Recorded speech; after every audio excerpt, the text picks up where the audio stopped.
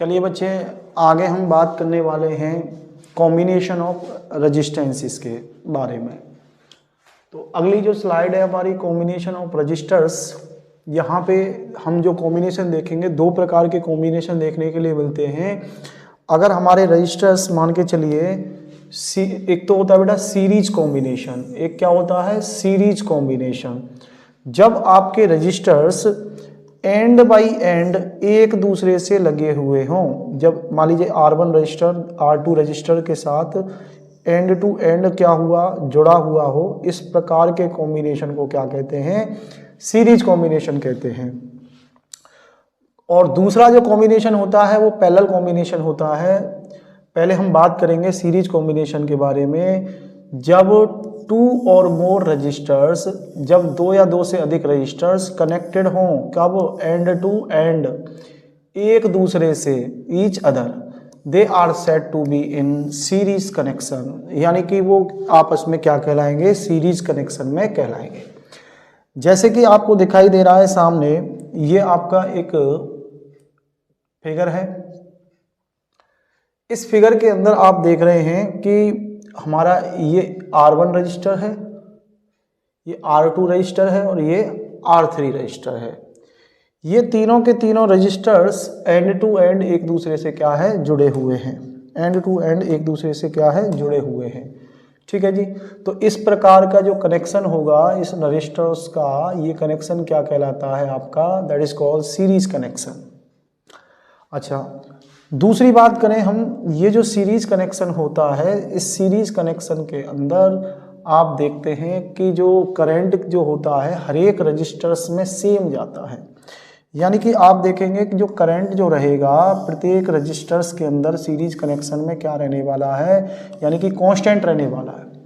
यहाँ से जितना करंट आई गया है वही करंट R1 में जाएगा, वही करंट R2 में जाएगा, वही करंट R3 में जाएगा। तो यानी कि सीरीज कॉम्बिनेशन में करंट की वैल्यू क्या रहती है, सेम रहती है। लेकिन पोटेंशियल जो होता है वो अलग अलग रजिस्टर्स के खिलाफ, अलग अलग रजिस्टर्स पे अलग अलग पोटेंशियल ड्रॉप होता है सीरीज कॉम्बिनेशन में। ठीक है जी। तो यही चीज हमने यहाँ पे लिखी हुई है कि वोल्टेज यानी कि potential drop across the each resistor, प्रत्येक रजिस्टर्स के अक्रॉस जो पोटेंशियल ड्रॉप होगा वो पोटेंशियल ड्रॉप क्या होता है, डिफरेंट रजिस्टर्स के लिए डिफरेंट उसकी वैल्यू होती है। चलिए, जैसे हम बात करें कि भाई यहाँ पे जैसे ये है आपका पोटेंशियल डिफरेंस क्या होगा, अलग अलग रजिस्टर्स के लिए अलग अलग है। मानिए चलिए R1 के खिलाफ पोटेंशियल ड्रॉप हुआ V1, R2 के खिलाफ पोटेंशियल ड्रॉप हुआ V2 और R3 के खिलाफ पोटेंशियल हुआ V3। इसका एक डेरिवेशन, कई बार क्वेश्चंस आपको डेरिवेशंस आपका पेपर के अंदर पूछा गया है। इस डेरिवेशंस को हम कर रहे हैं बेटा, देखते हैं इस डेरिवेशन को किस प्रकार से किया जाएगा। तो देखिए, और हमसे पूछता है कि भाई ये R इक्विवेलेंट कैसे निकाला जाता है। तो R इक्विवेलेंट का मतलब है आपने कोई भी सर्किट बनाया, उस सर्किट के अंदर बहुत सारे रजिस्टर सीरीज में लगे हुए हैं, तो हम एक इकलौता इन सभी का कॉम्बिनेशन का एक ऐसा अकेला रेजिस्टेंस बना लेते हैं। उस इकलौते रेजिस्टेंस को या तो आप इफेक्टिव रेजिस्टेंस या फिर एक ही रेजिस्टेंस या फिर टोटल रेजिस्टेंस के नाम से जानते हैं। उसे हम R इक्विवेलेंट भी कहा जाता है। क्या कहते हैं, R इक्विवेलेंट। वो जो R इक्विवेलेंट होता है सीरीज कॉम्बिनेशन में, हम इसको प्रूव करेंगे, वो कितना होता है, R1 plus R2 plus R3 plus R4 dash, यानी कि सभी रेजिस्टेंस का क्या हो जाएगा, सम हो जाएगा। यानी सीरीज कॉम्बिनेशन में सभी रेजिस्टेंस आपस में क्या हो जाते हैं, जुड़ जाते हैं, और हमें एक इफेक्टिव या फिर इक्विवेलेंट या फिर टोटल रेजिस्टेंस की वैल्यू हमें फाइंड आउट होती है। अगर बेटा इसको प्रूफ करें हम, तो देखते हैं इसका प्रूफ किस प्रकार से किया जाएगा। इसका प्रूफ देखते हैं। लेट्स कंसीडर हमारे पास में एक क्या है, सर्किट है जिसमें R1, R2 और R3 हमने क्या लगा रखे हैं, तीन रजिस्टर्स लगा रखे हैं। और तीनों रजिस्टर्स के में जो करंट जो फ्लो हो रहा है, मैंने मान लिया करंट की वैल्यू क्या है, I। तो यानी कि क्योंकि सीरीज कॉम्बिनेशन में करंट क्या रहता है, कांस्टेंट रहता है। सीरीज कॉम्बिनेशन में करंट की वैल्यू क्या रहती है, कांस्टेंट। ठीक है जी। करंट की वैल्यू कांस्टेंट रहती है, लेकिन पोटेंशियल हर एक रजिस्टर्स पे क्या है, अलग अलग होता है। आपने जितना पोटेंशियल यहाँ से दिया बैटरी से, वही सारा का सारा पोटेंशियल सभी में डिवाइड हो जाएगा। यानी कि आपका जो V टोटल पोटेंशियल है V1 plus V2 plus V3, V1 plus V2 plus V3, यानी कि पहले अगर रजिस्टर R1 की बात करें तो R1 पे जो पोटेंशियल ड्रॉप होगा V1 बराबर कितना होगा IR1, दूसरे वाले पे R2 पे कितना होगा V2 इक्वल टू IR2, और तीसरे वाले पे कितना होगा V2 equal to V3 equal to IR3। अगर टोटल पोटेंशियल की बात करूं तो टोटल रेजिस्टेंस की अगर बात करूं, टोटल रेजिस्टेंस या फिर इक्विवेलेंट रेजिस्टेंस, टोटल रेजिस्टेंस का मतलब या फिर इक्विवेलेंट रेजिस्टेंस की अगर मैं एक रेजिस्टेंस कंसीडर कर लेता हूं, यानी कि इस पूरे के पूरे सर्किट को एक रेजिस्टेंस के रूप में कंसीडर कर लेता हूं, उस रेजिस्टेंस को बोलते हैं R इक्विवेलेंट या फिर R total resistance of the circuit. मुझे इसकी वैल्यू निकालनी है, तो यानी कि टोटल जो वोल्टेज होगा वो I इंटू के RT के बराबर होगा। अब इसका कंपैरिजन, इसकी वैल्यू और इन सब की वैल्यू इसमें पुट करते हैं, तो उसके बाद में आप देखते हैं कि यहाँ पे IRT बराबर के क्या हो जाएगा, IRT बराबर हो जाएगा IR1 plus IR2 plus IR3, यानी कि टोटल आप इसमें से I की वैल्यू सबकी कॉमन लेकर के काट देंगे तो आपका ये फाइनली आपका डेरिवेशन हो जाएगा RT बराबर के R1 plus R2 plus R3, यानी कि equivalent resistance in series combination सभी रेजिस्टेंस का क्या हो जाता है, सम हो जाता है। सभी रेजिस्टेंस का क्या हो जाता है, जितने भी रेजिस्टेंस हैं उनका क्या हो जाएगा, सिंपल, यानी कि आप सम हो जाएगा। ठीक है, कुछ पॉइंट्स हमारे सामने यहाँ पे निकल के आ रहे हैं कुछ इंपॉर्टेंट फैक्ट्स के रूप में, यानी कि आप देखेंगे इसको। देखिए पहला पॉइंट ये है कि पहला पॉइंट ये है कि सीरीज कॉम्बिनेशन के अंदर जो आपका वोल्टेज क्या होता है, यानी कि करंट क्या होता है, कांस्टेंट रहता है। सभी रजिस्टर्स के अंदर करंट की वैल्यू क्या रहती है, कांस्टेंट रहती है। और जो वोल्टेज जो होता है सभी रजिस्टर्स के खिलाफ, वो वोल्टेज क्या होता है, अलग अलग होता है। ये दो चीज पॉइंट हमने पहले ही पढ़ चुके हैं। तीसरा हमने देखा कि R इक्विवेलेंट की जो वैल्यू होती है, यानी कि सभी इंडिविजुअल रेजिस्टेंस, जितने भी रेजिस्टेंस हैं उनके सम के बराबर होगी। R1 R2 R3 सभी इंडिविजुअल रेजिस्टेंस के बराबर, इंडिविजुअल रेजिस्टेंस के जो सम है वो R पूरे के पूरे इक्विवेलेंट के बराबर होगी। और चौथी बात यह है कि हमेशा जो भी R इक्विवेलेंट, जो सर्किट का जो R इक्विवेलेंट रेजिस्टेंस निकलेगा वो हमेशा इंडिविजुअल रेजिस्टेंस से उसकी वैल्यू क्या होगी, लेस देन होगी। उसकी वैल्यू क्या होगी, लेस देन होगी। देखिए इसका एग्जाम्पल लेकर के हम बात करते हैं, सुनिए। तो देखिए एग्जाम्पल से हम इसको समझेंगे। जैसे कि मान के चलिए हमारे पास में एक R1 की वैल्यू है मान लीजिए 4 ओम, ठीक है जी, और R2 की वैल्यू मैंने मान लिया दैट इज 6 ओम, और मैंने इसको जोड़ दिया और मैंने कहा कि आप इस सर्किट का इक्विवेलेंट रेजिस्टेंस निकाल के बताइए। पहली बात तो ये जो सर्किट के अंदर जितने भी रेजिस्टेंस लगे हुए हैं वो सीरीज कॉम्बिनेशन में हैं, तो सीरीज कॉम्बिनेशन में क्या हो जाता है, सभी इंडिविजुअल रेजिस्टेंस का क्या हो जाता है, सम हो जाता है। तो इसका मतलब ये कितना हो जाएगा, 4 प्लस 6, यानी कि हो जाएगा बेटा 10 ओम। कितना हो जाएगा, 10 ओम। अब देख रहे हैं आप ये जो 10 ओम है इंडिविजुअल रेजिस्टेंस से, यानी कि 4 और 6 से इसकी वैल्यू क्या है, ज्यादा है। तो हम यही चीज तो कह रहे थे कि इंडिविजुअल रेजिस्टेंस हमेशा इक्विवेलेंट रेजिस्टेंस, इंडिविजुअल रेजिस्टेंस, किसी भी इंडिविजुअल रेजिस्टेंस से उसकी वैल्यू क्या होगी, ज्यादा होगी। मान लीजिए चलिए आपके पास में कोई सर्किट है और उसमें सारे के सारे रेजिस्टेंस जो लगे हुए हैं उसकी सबकी वैल्यू क्या है, R है। तो अगर आपसे टोटल रेजिस्टेंस कहे कि टोटल रेजिस्टेंस कितना होगा, R plus R plus R plus, तो दैट मीन्स NR। आप डायरेक्टली निकाल सकते हैं कितना हो जाएगा, NR। यानी कि अगर आपके पास में, यानी कि R रेजिस्टेंस के वाले N रजिस्टर्स लगे हुए हैं, कितने रजिस्टर्स लगे हुए हैं, N रजिस्टर्स लगे हुए हैं, तो उस टोटल रेजिस्टेंस जो उस सर्किट का हो जाएगा वो N इंटू के R हो जाएगा। टोटल रेजिस्टेंस कितना हो जाएगा, N इंटू के R हो जाएगा। चलिए ये बात आपके समझ में आ गई होगी, ठीक है। चलिए अब आगे बढ़ते हैं, हम मूव ऑन करते हैं पैरेलल कॉम्बिनेशन के ऊपर, ठीक है जी। जब रजिस्टर्स आपके मान के चलिए आपके पैरेलल कॉम्बिनेशन में लगे हुए हैं। पैरेलल कॉम्बिनेशन का मतलब है यानी कि रजिस्टर्स का इस प्रकार से कनेक्टेड होंगे कि उनके जो इनिशियल पॉइंट हैं वो यानी कि कॉमन पॉइंट से जुड़े होंगे। इनके प्रत्येक इनिशियल पॉइंट एक कॉमन पॉइंट से और उनके प्रत्येक एंड पॉइंट के लिए एक कॉमन पॉइंट से जुड़े होंगे। यानी कि when two or more registers are connected,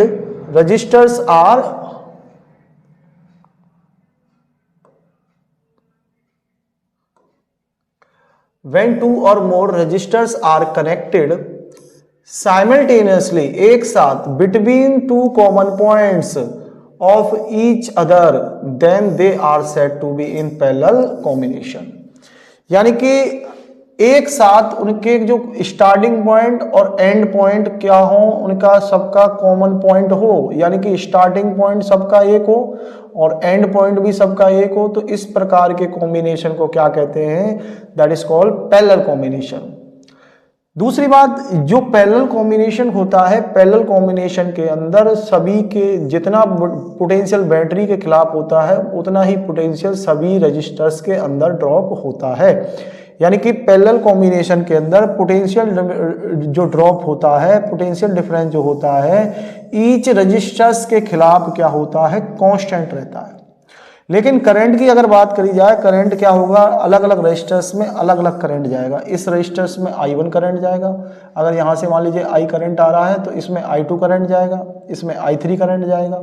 तो अलग अलग ब्रांचेस में अलग अलग करंट आपके ड्रॉ होंगे, लेकिन हर एक रजिस्टर्स के अंदर वोल्टेज की जो वैल्यू होगी वो क्या होगी? कॉन्स्टेंट रहेगी, रिमेन्स यानी कि सेम रहेगी। चलिए, तो ये चीज़ आपको समझ में आई होगी कि पोटेंशियल डिफरेंस या फिर पोटेंशियल जो होता है हर एक, जब पैरेलल कॉम्बिनेशन में आपके रजिस्टर्स लगे होते हैं तो पैरेलल कॉम्बिनेशन के अंदर उनका जो पोटेंशियल ड्रॉप होगा हर एक रजिस्टर्स के खिलाफ क्या होगा? सेम होगा। ठीक है, और करंट की वैल्यू क्या होगी? डिफरेंट होगी। चलिए आगे बात करते हैं। इसका डेरिवेशन जरूर आता है और पूछता है कि भाई इसका जो आपने पैरेलल कॉम्बिनेशन में बहुत सारे रजिस्टर्स लगा रखे हैं तो उनका इक्विवेलेंट रेजिस्टेंस क्या होगा?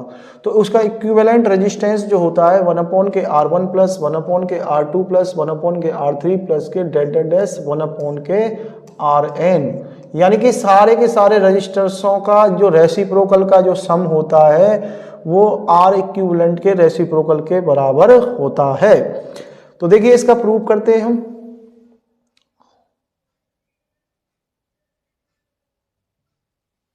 चलिए, तो पैरेलल कॉम्बिनेशन में आपने देखा कि पैरेलल कॉम्बिनेशन में जो आपका जो करंट जो था वो यहां से जाकर के तीन भागों में बट गया। इसके अंदर I1 करंट गया, इसके अंदर I2 करंट गया, इसके अंदर I1 करंट, इसके अंदर I2 करंट, इसके अंदर I3 करंट। यानी कि जो टोटल जो करंट आपका I था वो तीन भागों में I1 plus I2 plus I3। I1 की जो I की जो वैल्यू होगी वो I बराबर क्या होगा? I1 plus I2 plus I3। ठीक है, अगर मान के चलिए यहाँ से I करंट जाता है और पोटेंशियल V है और मैंने इसको पूरे के पूरे सर्किट को एक रेजिस्टेंस के बराबर मान लिया है और टोटल रेजिस्टेंस या फिर इक्विवेलेंट रेजिस्टेंस के बराबर मान लिया है, तो यहाँ पे जो वोल्टेज है और यहाँ पे आप इसको R इक्विवेलेंट के बराबर मान रहे हो, तो इसके अंदर जो करंट जो फ्लो होगा वो I बराबर क्या हो जाएगा? I बराबर हो जाएगा V अपॉन के R इक्विवेलेंट, V अपॉन के R इक्विवेलेंट। ठीक है जी। और अगर हम देखें कि सभी के खिलाफ जो पोटेंशियल ड्रॉप होगा वो सबके खिलाफ सेम होगा, क्योंकि सारे के सारे किस कॉम्बिनेशन में है? पैरेलल कॉम्बिनेशन में।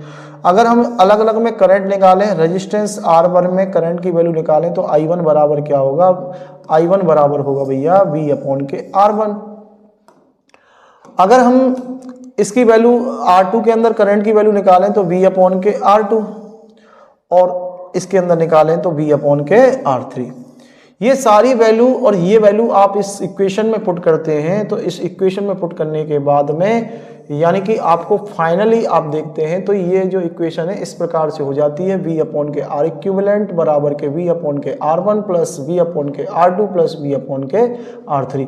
V को कॉमन लेंगे तो आपका ये फाइनली ये जो आप प्रूफ शुरुआत में लेके चल रहे थे वो आपका प्रूफ हो जाएगा, यानी कि 1 अपॉन के R इक्विवेलेंट बराबर हो जाएगा 1 अपॉन के R1 प्लस 1 अपॉन के R2 प्लस 1 अपॉन के R3। ठीक है, अगर आपके पास में n रजिस्टर्स लगे हुए हैं वो भी क्या है पैरेलल में है, तो इस प्रकार से इस फॉर्मूले के माध्यम से आप क्या निकाल सकते हैं n रेजिस्टेंस का यानी कि इक्विवेलेंट रेजिस्टेंस फाइंड आउट कर सकते हैं। ठीक है जी, चलिए आगे बात करते हैं। देखिए कुछ पॉइंट्स हैं, जो पॉइंट्स हमने पिछले सीरीज कॉम्बिनेशन के अंदर देखे थे, सीरीज कॉम्बिनेशन वही चीज हम देख रहे हैं कि R 1 अपॉन R इक्विवेलेंट क्या होगा, यानी कि the reciprocal of equivalent resistance is equal to the sum of reciprocal of individual resistance। यानी कि इंडिविजुअल रेजिस्टेंस का जो सम होता है, सभी इंडिविजुअल रेजिस्टेंस का जो इंडिविजुअल रेजिस्टेंस के रेसिप्रोकल का जो सम होता है वो इक्विवेलेंट रेजिस्टेंस के रेसिप्रोकल के बराबर होता है। ये पहली चीज हमने निकाली।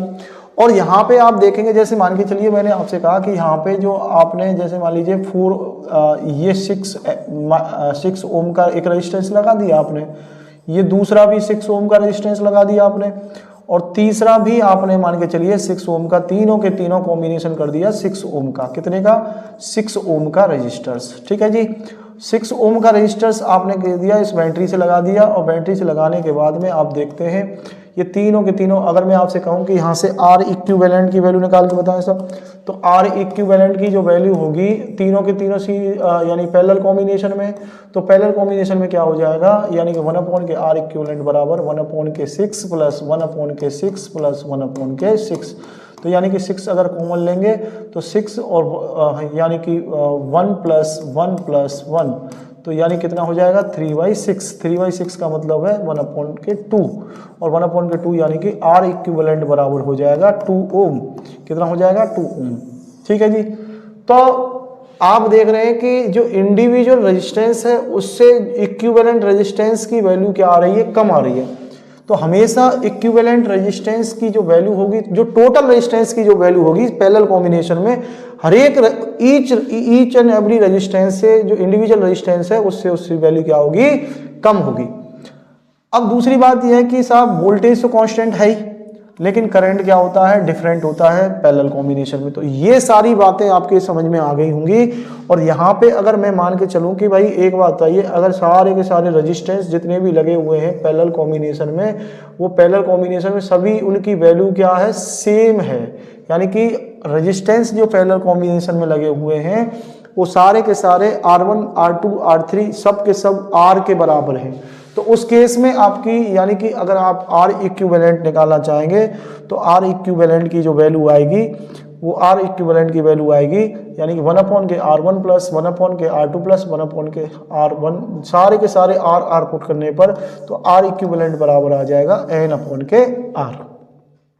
यानी कि R इक्विवेलेंट की वैल्यू क्या आ जाएगी? यानी कि R यानी N टाइम्स घट जाएगी। अगर मान लीजिए आपके पास में जैसे मान लीजिए 2 रजिस्टर्स लगे हुए हैं, जैसे ये 4 ओम का है और ये दूसरा रजिस्टर्स है आपका 4 ओम का। ठीक है जी, तो अगर मैं आपसे कहूं कि भाई ये सेम रजिस्टर्स दो रजिस्टर्स लगे हुए हैं, सेम के हैं, तो इनकी जो वैल्यू रिजल्टेंट की जो वैल्यू होगी इनका क्या हो जाएगी? आधा हो जाएगी। यानी कि इनसे क्या हो जाएगी? इक्विवेलेंट रेजिस्टेंस इंडिविजुअल से क्या हो जाएगा? आधा हो जाएगा, यानी 4/2 हो जाएगा। मान के चलिए 3 लगे होते तो यानी कि 4 के 3 लगे हुए थे तो 4/3 हो जाता। तो n टाइम्स क्या हो जाएगा? वो कम हो जाएगा। n टाइम्स क्या हो जाएगा? कम हो जाएगा। तो इस चीज को आप ध्यान रखेंगे, n टाइम्स क्या हो जाएगा? कम हो जाएगा। चलिए देखिए, ये फॉर्मूला आपको ध्यान रखना पड़ेगा। जल्दी से आपको शॉर्टकट में आपको अगर वैल्यू निकालनी है तो R इक्विवेलेंट बराबर होता है R1 R2 अपॉन के R1 प्लस R2। जैसे कि जैसे ये दो रेजिस्टेंस दे रखे हैं और आपसे कहे कि साहब आर इक्विवेलेंट निकाल के बताइए, तो R1 R2 यानी कि 3 × के 2 और 3/2 यानी कि 5, तो कितना हो जाएगा 6/5 ओम। तो इसका आंसर कितना आ जाएगा 6/5 ओम। तो आप कैलकुलेट कर सकते हैं इस फॉर्मूले के साथ। ठीक है जी,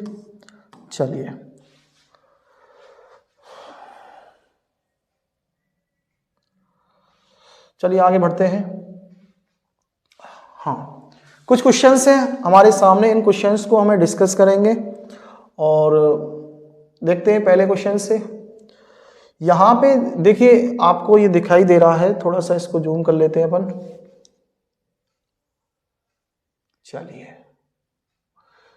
यहाँ पे आपको दिखाई दे रहा है एक रजिस्टर्स R1 लगा हुआ है, यहाँ पे R2 और R3 ये दोनों के दोनों पैरेलल कॉम्बिनेशन में है और ये क्या है सीरीज कॉम्बिनेशन में। अगर आपको पैरेलल कॉम्बिनेशन देखना है तो आपको सबके अगर ये इनका दो को देखो कॉमन पॉइंट है कि नहीं है, इनके दोनों के जो एंड पॉइंट्स हैं, इनिशियल पॉइंट और फाइनल पॉइंट, इन दोनों के क्या है कॉमन है। तो ये दोनों यानी कि रजिस्टर्स R2 एंड R3 किस में है, R3 किस कॉम्बिनेशन में, इन पैरेलल कॉम्बिनेशन में है।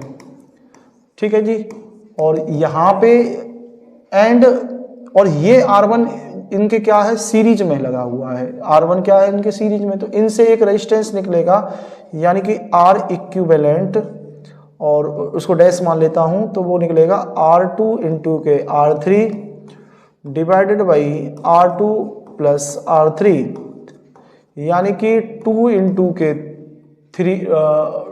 2 और 2 + 2, तो कितना हो जाएगा 4/4, तो कितना हो जाएगा 1 ओम।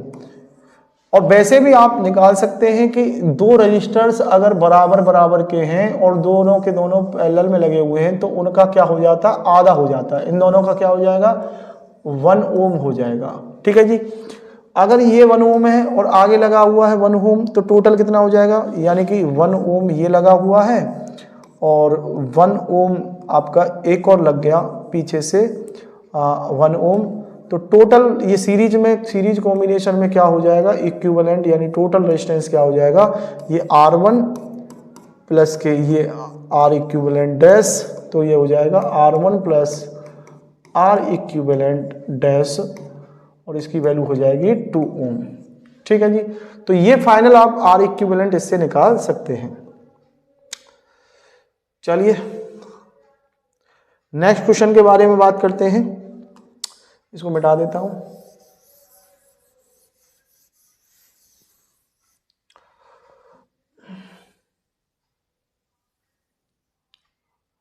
चलिए ये क्वेश्चन देखते हैं। देखिए हम इसकी R इक्विवेलेंट की वैल्यू निकालना चाहते हैं इसमें, तो R इक्विवेलेंट की वैल्यू देखिए यहाँ पे ये आप देखेंगे ये दोनों के दोनों ये जो रजिस्टर्स लगे हुए हैं पैरेलल कॉम्बिनेशन में है और यहाँ पे क्या है ये सीरीज कॉम्बिनेशन में है। जब आप इनको पैरेलल कॉम्बिनेशन को सॉल्व करेंगे तो एक रजिस्टर्स आएगा और अब जिन सीरीज को करेंगे तो एक रजिस्टर्स इससे आएगा। जब एक रजिस्टर्स इससे आएगा, मान लीजिए R डैश इससे आता है और R डबल डैश इससे आता है, तो अगर R डैश इससे निकालेंगे तो R डैश की वैल्यू क्या होगी 2 और 2 यानी कि 1 ओम हो जाएगी, यानी कि आधा हो जाता है पैरेलल कॉम्बिनेशन में। और सीरीज कॉम्बिनेशन में क्या हो जाता है जुड़ जाते हैं 4 और 6 ओम, कितना हो जाएगा यानी कि 10 ओम हो जाएगा। कितना हो जाएगा 10 ओम हो जाएगा। अब जब आप देखेंगे तो ये आपका यहाँ से आपको निकल के आया है, कितना आ गया भैया, यहाँ से निकल के आया 1 ओम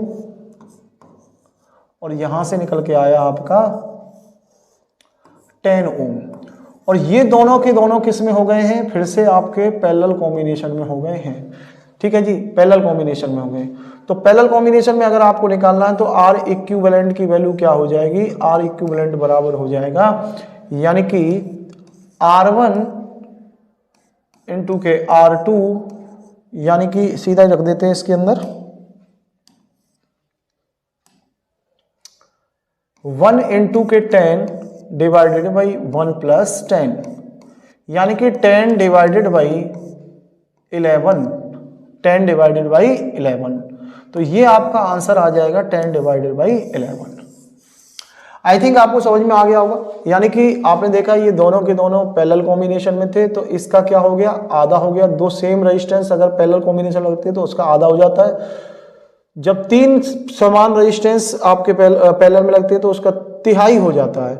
और ये दोनों के दोनों आपके सीरीज कॉम्बिनेशन में है, तो इसका और इसका फिर से ये किस में हो जाएगा, पैरेलल कॉम्बिनेशन में। यानी कि पैरेलल कॉम्बिनेशन, ये दोनों के दोनों पैरेलल कॉम्बिनेशन में होंगे। और पैरेलल कॉम्बिनेशन में आपने देखा था जो आर इक्विवेलेंट निकालते हैं, आर इक्विवेलेंट निकालने का क्या फॉर्मूला था, R1 R2 अपॉन के R1 प्लस के R2, दो रजिस्टर्स के लिए। ठीक है जी, चलिए और देखते हैं एक आध और क्वेश्चन। चलिए ये वाला क्वेश्चन देखते हैं। देखिए यहां पे आप देखते हैं हमें P और Q के बीच में टोटल इक्विवेलेंट रेजिस्टेंस निकालना है। टोटल इक्विवेलेंट रेजिस्टेंस हमें निकालना है। तो देखेंगे हमें ये दोनों के दोनों रजिस्टर्स जो हैं हमारे किस में लगे हुए हैं, सीरीज में। ये दोनों के दोनों रजिस्टर्स हमारे किस में लगे हुए हैं, सीरीज में। जब हम इसका निकालेंगे तो इसका एक रेजिस्टेंस निकलेगा, इसका निकालेंगे तो एक रजिस्टर निकलेगा। तो अगर हम इनका निकालते हैं तो बेटा इनका कितना निकलता है, इनका निकलेगा, इन दोनों का निकलेगा, ये दोनों के दोनों सीरीज कॉम्बिनेशन में है तो कितना निकलेगा, 10 ओम। ठीक है जी। और बीच में कौन सा लगा हुआ है, बीच में यहाँ पे P पॉइंट पे बीच में लगा हुआ है 1 ओम। कितना लगा हुआ है, 1 ओम। ठीक है जी। अच्छा, दूसरा यहाँ पे देखते हैं ये फिर से किसमें है, सीरीज में। तो इनसे एक रजिस्टर्स निकलेगा, उसकी भी वैल्यू कितनी होगी, यानी कि उसकी वैल्यू हो जाएगी 6 प्लस के 4 यानी कि 10 ओम। अब आप देखते हैं 10 प्लस 1 प्लस 10 यानी कि तीनों के तीनों अब किस में हो जाएंगे, ये पैरेलल कॉम्बिनेशन में हो जाएंगे। यानी कि अब क्या होगा, रजिस्टर्स अगर मान लीजिए इसको आप मान लेते हैं R1, इसको R2 मान लेते हैं, इसको R3 मान लेते हैं, तो रजिस्टर्स R1 R2 R3 किस में हो जाएंगे, parallel combination, in parallel combination. ठीक है जी। और पैरेलल कॉम्बिनेशन में होंगे तो आप R इक्विवेलेंट का फॉर्मूला आप जानते हैं कि R इक्विवेलेंट बराबर होता है 1 अपॉन के R1 प्लस 1 अपॉन के R2 प्लस 1 अपॉन के R3, और ये हो जाएगा आपका 1 अपॉन के 10 प्लस 1 अपॉन के 1 प्लस 1 अपॉन के 10। यहाँ से आप एलसीएम कॉमन लेंगे तो एलसीएम कॉमन लेने के बाद में 10 एलसीएम आ जाएगा, तो ये हो जाएगा 1 प्लस 10 प्लस 1, तो ये हो जाएगा 12/10। और यहाँ पे चल रहा है 1 अपॉन के R इक्विवेलेंट, और R इक्विवेलेंट की वैल्यू जो आ जाएगी बेटा वो हो जाएगा उल्टा, यानी कि 10/12। तो ये इतना ओम आपका आ जाएगा। ठीक है जी। चलिए, तो ये तीनों के तीनों क्वेश्चंस हमने डिस्कस कर लिए हैं। एक क्वेश्चन और बकाया है स्लाइड के ऊपर, देखते हैं। हाँ, ये रहा क्वेश्चन। देखिए यहां पे आपको इस A पॉइंट और F पॉइंट के बीच में, या B पॉइंट मान लेते हैं, इनके बीच में आपको टोटल इक्विवेलेंट रेजिस्टेंस निकालना है, R इक्विवेलेंट की वैल्यू निकालनी है। ठीक है जी। यहाँ पे देखते हैं कि तो ये जो कि दोनों के दोनों किस में है, यानी कि सीरीज में। यानी कि ये दोनों के दोनों रेजिस्टेंस किस में है, सीरीज में। तो इन, और जब आप इसको सीरीज में करेंगे तो फिर से ये रेजिस्टेंस किस में आ जाएगा। अच्छा, ये तीनों के तीनों सीरीज में है। ये जो है ना आपके सॉरी, ये तीनों के तीनों रेजिस्टेंस क्या है इसमें, ये तीनों के तीनों रेजिस्टेंस आपके क्या है, सीरीज में है। तो 1 प्लस 2 प्लस 3, तो 3 और 3 कितना हो गया, 6 हो गया। तो आप देखेंगे इनसे जो रेजिस्टेंस निकल के आएगा 3 ओम तो ये है ही, और इसका जो निकल के ये 3 ओम है। ठीक है जी। और यहाँ पे कितना है, दैट इज 3 ओम, और इनसे जो निकल के आया है वो निकल के आया है 6 ओम। ठीक है जी, 6 ओम। अब ये दोनों के दोनों रजिस्टर्स जैसे ही आया तो ये दोनों के दोनों रजिस्टर्स किस में हो जाएंगे, पैरेलल में हो जाएंगे। ये किस में हो जाएंगे, पैरेलल। तो अगर इनके निकालते हैं दोनों का, तो इन दोनों का कितना निकलेगा, 6 इंटू के 3 और 6 प्लस 3 यानी कि 9, यानी कि 18/9, तो कितना आ जाएगा, 2 आ जाएगा। कितना आ जाएगा, 2 ओम। तो इनसे आपने देखा कि इन दोनों का पैरेलल कॉम्बिनेशन करने के बाद में इनकी जो वैल्यू आ गई है वो कितनी आ गई है, दैट इज 2 ओम। ये चल रहा है आपका 3 ओम और ये आपका 3 ओम। अब यहाँ पे आपको ए और बी के बीच में आपको क्या निकालना है, यानी कि रेजिस्टेंस, फाइनली रेजिस्टेंस निकालना है। तो फाइनली रेजिस्टेंस आप निकालते हैं तो ये तीनों के तीनों सीरीज कॉम्बिनेशन में हो गए हैं। तो 3 और 2 5 और 2 5 और 3 8। तो फाइनली जो इक्विवेलेंट रेजिस्टेंस की जो वैल्यू आ जाएगी वो 3 + 2 + 3 यानी कि कितना आ जाएगा, यानी कि 8 ओम आ जाएगा। तो फाइनली इसका आंसर आ गया है कितना, 8 ओम। तो ये कुछ क्वेश्चंस थे जो कि सीरीज और पैरेलल कॉम्बिनेशन के आधार पे हमें करने थे। और अब हम आगे बढ़ते हैं और अगली स्लाइड के ऊपर देखते हैं। चलिए देखिए, नेक्स्ट हम बात करने वाले हैं दूसरा, इसका जो पार्ट रहेगा हमारा करंट इलेक्ट्रिसिटी का, वो है heating effect of electric current, यानी कि करंट का हीटिंग इफेक्ट, यानी कि करंट की सहायता से, यानी कि आप हीटिंग एनर्जी के फॉर्म में, हीट एनर्जी के फॉर्म में ड्रॉ करना। व्हेन अ इलेक्ट्रिक करंट, जब कोई electric current pass through a high resistance wire, high resistance wire या जैसे कि आपका नाइक्रोन वायर है, उससे पास कराया जाता है तो वायर बिकम्स वेरी हॉट, बहुत ही गर्म हो जाता है और क्या प्रोड्यूस करता है, हीट प्रोड्यूस करता है। The source of energy continuously get dissipated entirely in the form of heat, यानी कि जो एनर्जी है उसकी पूरी की पूरी किस में कन्वर्ट हो जाती है, यानी कि हीट के फॉर्म में कन्वर्ट हो जाती है। इसी को ही heating effect of electric current कहते हैं। यानी कि आपने जो करंट दिया है उसको, उसने क्या किया, उसके अंदर हीटिंग एनर्जी जनरेट करने का काम किया। यानी कि द प्रोसेस, इसमें, इस प्रोसेस में क्या होगा, जो आपकी जो इलेक्ट्रिकल एनर्जी है वो इलेक्ट्रिकल एनर्जी किस में कन्वर्ट हो जाएगी, यानी कि हीट एनर्जी में कन्वर्ट हो जाती है। यही heating effect of electric current कहलाता है। इस heating effect of electric current के हमें कुछ एप्लीकेशंस देखने के लिए मिलते हैं। जैसे कि आपने घरों में देखा होगा इलेक्ट्रिक हीटर होता है।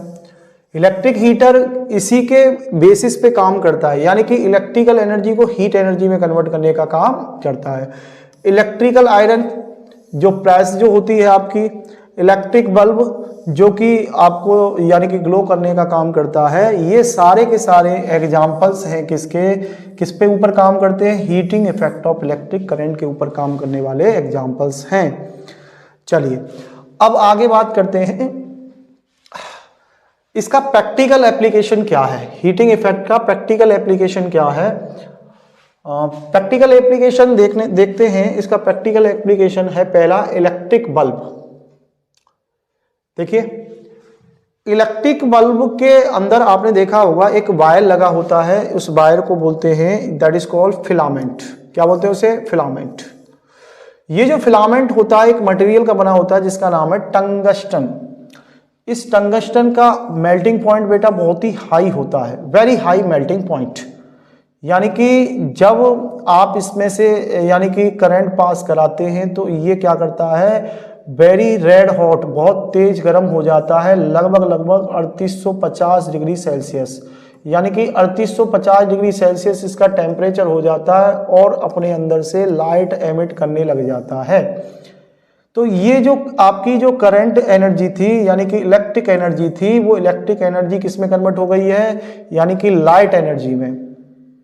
तो that is the practical application of heating effect of electric current. बात करें इसके अंदर आर्गन, नाइट्रोजन और नियोन क्यों भरी जाती हैं, जिससे कि वो उसके अंदर ऑक्सीजन से वो ऑक्सीडाइज ना हो करके फिलामेंट फ्यूज ना हो। तो ये था हमारा electric bulb. Electric bulb filament के बारे में जाना, जो कि टंगस्टन का बना हुआ है, उसका मेल्टिंग पॉइंट हाई होता है और इलेक्ट्रिक एनर्जी को लाइट एनर्जी में कन्वर्ट करने का काम करता है। चलिए इसके अलावा हमारे घरों में एक सेफ्टी डिवाइस के रूप में यूज किया जाता है इलेक्ट्रिक फ्यूज। इलेक्ट्रिक फ्यूज जो होता है एक छोटा सा पतला सा वायर होता है जो कि बना होता है, जिसका मेल्टिंग पॉइंट बहुत ही क्या होता है, एक अलॉय से बना होता है जो अलॉय किस किस का होता है, पीबी और टिन, यानी कि लेड और टिन से मिलकर बना हुआ है, पीबी और एसएन से, जिसका मेल्टिंग पॉइंट बहुत ही लो होता है। यानी कि मान के चलिए आपके घरों में एकदम से क्या हुआ, करंट बढ़ गया। करंट बढ़ जाने के कारण आपके घरों के अंदर जितने भी एप्लीकेंस लगे हुए हैं उनको सेफ्टी प्रोवाइड करने का काम करता है, एक तरह से सेफ्टी डिवाइस की तरह काम करता है। पूरे के पूरे सर्किट को, यानी कि पूरे के घर के अंदर जो जितने भी एप्लीकेंस हैं उनको प्रोटेक्ट करने का काम करता है। आपके घरों में जब करंट आता है तो ये जो वायर है वो, इसका मेल्टिंग पॉइंट कम है, तो जैसे ही हीट होगा तुरंत क्या हो जाएगा, फ्यूज हो जाएगा, तुरंत क्या हो जाएगा, फ्यूज हो जाएगा। और फ्यूज हो जाने के कारण जो आगे की जो सप्लाई है वो क्या हो जाती है, कट हो जाती है, आगे सर्किट के अंदर करंट ही नहीं जाएगा। तो फिर अब दूसरी बात ये है कि भाई आप इसको किस में ऐड करें। जो सप्लाई, मेन सप्लाई होती है ना, जहां से आपकी करंट स्टार्ट होती है, वहां की मेन सप्लाई के आप सीरीज में कनेक्ट करते हैं, जिससे कि पूरे के पूरे सीरीज में क्या होता है, जैसे ही अगर आपका कहीं से भी सर्किट ब्रेक होता है तो पूरे के पूरे सर्किट के अंदर करंट ड्रॉ क्या हो जाता है, बंद हो जाता है। उसके अंदर जैसे ही मान लीजिए यहाँ से सर्किट ब्रेक हुआ तो करंट की वैल्यू, आगे करंट फ्लो नहीं करेगा। तो वही चीज है, आप फ्यूज वायर को क्या करते हैं, सीरीज में कनेक्ट करते हैं मेन सप्लाई से, ठीक है। तो ये थी आपकी यानी कि एक तरह से सेफ्टी डिवाइस, इलेक्ट्रिक फ्यूज। अगर आप देखते हैं कि जो इलेक्ट्रिक फ्यूज है ना वो डिफरेंट रेटेड का आता है, उसके ऊपर 1 एम्पियर का, 2 एम्पियर का, 4 एम्पियर, तो करंट के हिसाब से आपकी उसकी वैल्यू रखी रहती है, रेटेड रहता है, ठीक है जी। इसके अलावा और भी हमारे हीटिंग एलिमेंट्स जो आपके घरों में यूज किए जाते हैं, जो कि हीटिंग इफेक्ट पे यूज किए जाते हैं, करंट के हीटिंग इफेक्ट के आधार पे, जैसे कि आयरन हो गया, हीटर हो गया, और कैटल हो गई, इलेक्ट्रिक कैटल हो गई, हेयर ड्रायर हो गया, बालों को सुखाने वाला। तो ये सारे के सारे जो इंस्ट्रूमेंट थे, जितने भी एप्लीकेशन थे, वो किसके बेसिस पे थे, that is a practical application of heating effect of electric current, यानी कि इलेक्ट्रिक करंट का हीटिंग इफेक्ट, उसके आधार पे ये सारे के सारे डिवाइस काम कर रहे हैं, ठीक है जी। चलिए आगे बढ़ते हैं हम नेक्स्ट। अब हम देखते हैं कि भाई जो हीट जो निकलती है वो हीट कितना, यानी कि निकलेगी किसी वायर के थ्रू जब उसमें से करंट ड्रॉ किया जाता है, ठीक है जी। जब करंट ड्रॉ करते हैं आप उसके अंदर से, तो कितनी हीट वो प्रोड्यूस करता है, चलिए देख लेते हैं।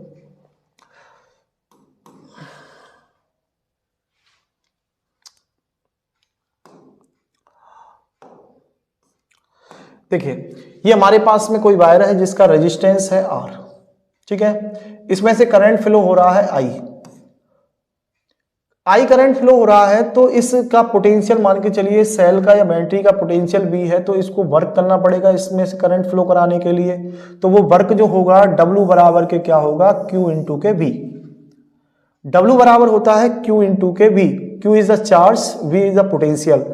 तो जितना जो वर्क कर रहे हैं, और करंट की डेफिनेशन क्या कहती है, आप कितना चार्ज कितने समय में फ्लो हो रहा है वही क्या कहलाता है, इलेक्ट्रिक करंट कहलाता है। तो यहां से Q की वैल्यू आप निकालोगे तो Q बराबर क्या हो जाएगा, I इंटू के T, और इस Q की वैल्यू आप इसके अंदर पुट करते हैं तो यानी कि आपका फॉर्मूला हो जाएगा W बराबर के I T इंटू के B, या फिर W बराबर के VI T, W बराबर के VI T। और यही जो काम किया है आपने, यही जो वर्क किया है, यही वर्क किसके रूप में यानी कि कन्वर्ट हो जाएगा, यानी कि यही वर्क हीट एनर्जी के रूप में क्या हो जाएगा, कन्वर्ट हो जाएगा। यानी कि आपका ये जो W बराबर हो जाएगा, ये किसके बराबर होगा, यानी कि हीट एनर्जी के बराबर हो जाएगा VIT। तो W बराबर कितना हो जाएगा, VIT। अगर आप देखते हैं कि इसका ओम्स लॉ के अनुसार, यानी कि ओम्स लॉ के अनुसार आपको पता है कि जो B की वैल्यू जो होती है, V बराबर क्या होता है, IR, V बराबर होता है IR। तो यहाँ पे B की वैल्यू पे IR रखेंगे तो ये I स्क्वायर RT हो जाएगा, और यहाँ पे अगर आप I की जगह पे V अपॉन R रखेंगे, I की जगह पे आप V अपॉन R रखेंगे, तो उस केस में आपका V स्क्वायर अपॉन R हो जाएगा, ठीक है। तो ये एक कंबाइंड फॉर्मूला है, H बराबर के VIT बराबर के I स्क्वायर RT बराबर के V स्क्वायर R अपॉन के वो इंटू के T। यानी कि आई एच बराबर क्या होता है, आई स्क्वायर आर टी। इसी को ही जूल्स लॉ कहते हैं, इसी को ही क्या कहते हैं हम, जूल्स लॉ कहा जाता है। तो ये जो हमें ये H बराबर आई स्क्वायर आर टी ये बताता है कि भैया कितनी हीट प्रोड्यूस होगी। तो इसी को this is known as Joule's law, इसी को ही क्या कहा जाता है, जूल्स लॉ कहा जाता है। यानी कि अकॉर्डिंग टू दिस लॉ, यानी कि जूल्स कहते हैं कि भाई जो आप हीट प्रोड्यूस हो रही है वो करंट के स्क्वायर के डायरेक्टली प्रोपोर्शनल होगी, पहली बात। और जो हीट प्रोड्यूस होगी वो रेजिस्टेंस के ऊपर डिपेंड करेगी, उसके डायरेक्टली प्रोपोर्शनल होगी। और कितने समय के लिए करंट फ्लो हुआ है उसके टाइम के डायरेक्टली प्रोपोर्शनल होगी। तो यानी कि H जो आप देख रहे हैं तो वो H बराबर क्या है, आई स्क्वायर के आर टी होता है। या फिर आप कह सकते हैं H is proportional to I square R T. और यहाँ पे प्रोपोर्शनल हटाएंगे, कांस्टेंट k लगाएंगे और k की वैल्यू क्या होगी, 1 ले जाती है जूल कांस्टेंट के लिए, यानी कि आई स्क्वायर आर टी।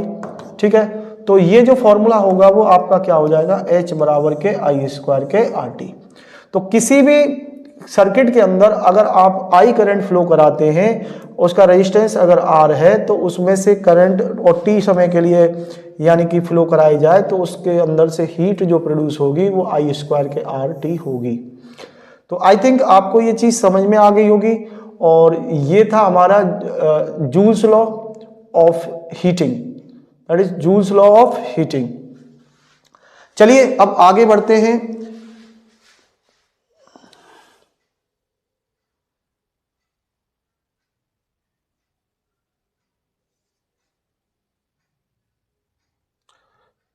चलिए अब हमारा लास्ट टॉपिक रह गया है, that is called electric power, that is electric power. देखिए आपका कोई भी सर्किट के अंदर कोई भी कंडक्टर है या कोई भी एप्लीकेंस है, वो कितनी एनर्जी कंज्यूम कर रहा है, किस रेट से एनर्जी कंज्यूम कर रहा है, यानी कितने समय में कितनी एनर्जी कंज्यूम कर रहा है, वो उसकी क्या कहलाती है, इलेक्ट्रिक पावर कहलाती है। यानी कि it is defined as the amount of energy consume in a circuit per unit time. यानी कि पर यूनिट टाइम कितने समय में कितनी एनर्जी उसने कंज्यूम की है। मान के चलिए T समय में उसने W यानी कि उसने वर्क किया, वर्क यानी कि एनर्जी के फॉर्म में, तो W अपॉन के T यानी कि एनर्जी अपॉन के टाइम हो जाएगा। आपको पता है कि W बराबर होता है V इंटू के Q, और W यानी कि VIT, और VIT यानी P बराबर रखोगे आप VIT इंटू के T, और T से आपका T कैंसिल हो जाएगा, तो आपका पावर कितनी आ जाएगी, V इंटू के I। तो पावर आ जाएगा आपका V इंटू के I, पावर आ जाएगी आपकी V इंटू के I। और ओम्स लॉ ये कहता है कि V बराबर होता है IR, तो V की वैल्यू आप रखोगे तो IR, तो यहाँ पे क्या हो जाएगा, पावर बराबर V इंटू के I या फिर I स्क्वायर R और V स्क्वायर अपॉन के R। तो ये आपका पावर का फॉर्मूला हो जाएगा, V इंटू के I और I स्क्वायर R और V स्क्वायर अपॉन के R। और ये आपका हीट का फॉर्मूला हो गया। यानी कि इसके अंदर आप सभी फॉर्मूलों में T का मल्टीपल हो रखा होगा, इसके अंदर T का डिवाइड हो रखा होगा, मतलब T का फैक्टर नहीं होगा। अगर मैं बात करूं भाई कि पावर की यूनिट क्या होती है, पावर की यूनिट आपने देखा जूल पर सेकंड, क्या होती है, जूल पर सेकंड। जूल पर सेकंड को हम वाट भी कहा जाता है, जूल पर सेकंड को क्या कहते हैं, वाट। अगर हम बात करें कि भाई जो जूल पर सेकंड वाट होती है उसकी यूनिट, तो और 1 वाट कितना होगा, यानी कि अगर किसी भी सर्किट के अंदर अगर उसके एंड पॉइंटों पे पोटेंशियल ड्रॉप कितना हो, पोटेंशियल ड्रॉप हो 1 वोल्ट, कितना वोल्ट हो पोटेंशियल ड्रॉप, यानी कि 1 वोल्ट, ठीक है जी। और उसमें से जो करंट जो फ्लो हो, वो करंट की वैल्यू कितनी हो, 1 एम्पियर, तो उस एप्लीकेंस के द्वारा जो पावर कंज्यूम की जाएगी वो पावर कितनी होगी, 1 वाट होगी। यानी कि W अपॉन के T, या फिर कह सकते हैं पावर बराबर क्या होता है, V इंटू के I। V की वैल्यू कितनी है, 1, करंट की वैल्यू कितनी है, 1 एम्पियर, तो ये 1 वोल्ट, और पोटेंशियल ड्रॉप कितना है, 1 वोल्ट, करंट की वैल्यू कितनी है, 1 एम्पियर, तो पावर कितनी हो जाएगी, 1 वाट हो जाएगी। कितनी हो जाएगी, 1 वाट, ठीक है। अगर हम बात करें कुछ टर्म्स के बारे में, जैसे कि आपके 1 किलोवाट बराबर होती है 1000 वाट के। 1 किलोवाट कितना होता है 1000 वाट के, और 1 मेगावाट बराबर होता है दैट इज 10 की पावर 6 वाट के।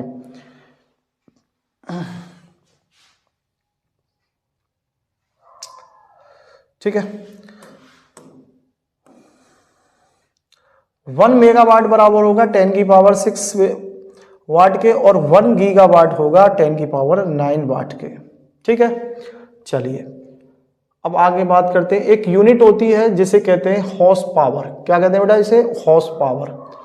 हॉर्स पावर की अगर बात करें, ये एक प्रैक्टिकल यूनिट होती है पावर की। Practical unit of power that is known as horse power.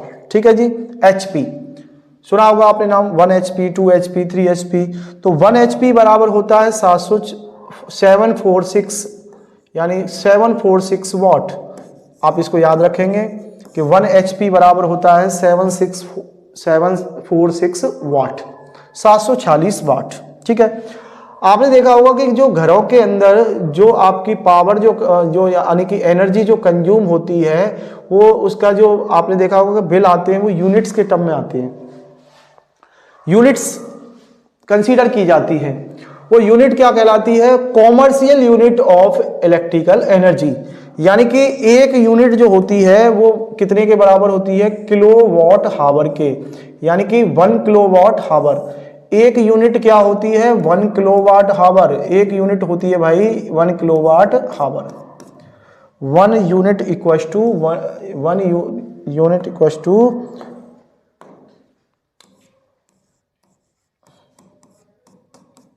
1 kilowatt hour.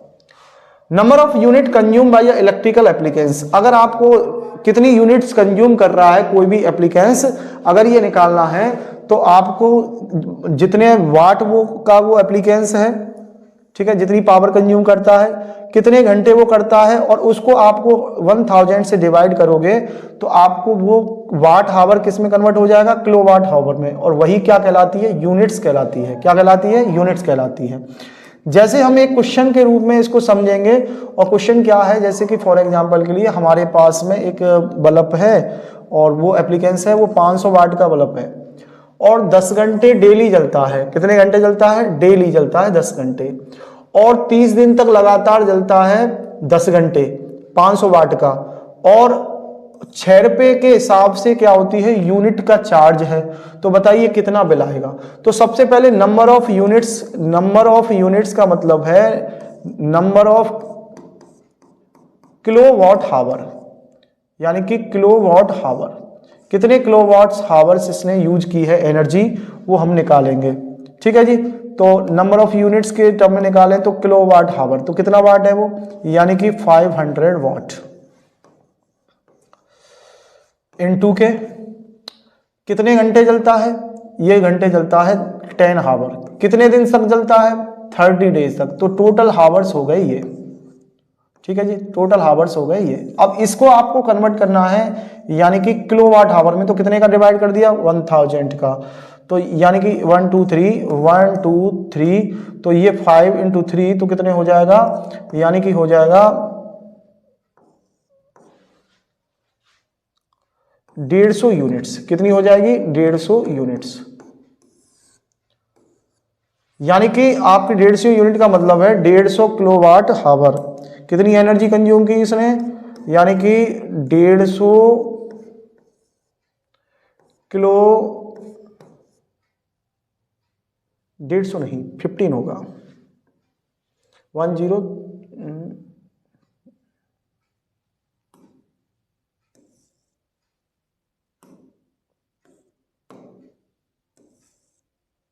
1 2 3 1 2 3। ठीक है, हाँ 150 ही होगा, 150 किलोवाट हावर। ठीक, एनर्जी जो कंज्यूम की गई यानी कि कितने यूनिट्स बनी आपकी? 150 किलोवाट हावर, इतनी यूनिट्स बनती है। और एक यूनिट का जो आपका चार्ज है वो कितना है? 6। एक यूनिट का चार्ज जो है 6 है। तो टोटल जो बिल आएगा आपका वो कितना आएगा? यानी कि 6 इंटू के 6 इंटू के 150, यानी कि कितना आएगा 900 रुपये। तो ये रहा आपका जो बिल जो आने वाला है। एक 500 वाट के बल्ब को जलाते हैं आप 1 महीने यानी कि 10 घंटे डेली, तो आपका 900 रुपये का क्या आने वाला है, बिल आने वाला है। ठीक है जी, तो इस बात को ध्यान रखिएगा। और इस प्रकार से आपका ये जितना भी चैप्टर था हमने ये चैप्टर पूरा का पूरा डिस्कस किया है, और इस चैप्टर से रिगार्डिंग जितने भी PYQ क्वेश्चंस होंगे हम अगली वीडियो के अंदर ला रहे होंगे। तो आई थिंक हमने जो भी प्रयास किया है आपको बहुत पसंद आया होगा, और आपने अब तक पूरे के पूरे वीडियो के अंदर बने रहे होंगे हमारे साथ। और हम चाहते हैं कि ये जो हमारा छोटा सा प्रयास है, और हमारे चैनल के क्लासेस को आप सब्सक्राइब करें, शेयर करें, वीडियो आपको पसंद आए तो अपने फॉरवर्ड करें आगे, और अपना प्यार बनाए के रखें। ठीक है, बहुत बहुत धन्यवाद, नमस्कार।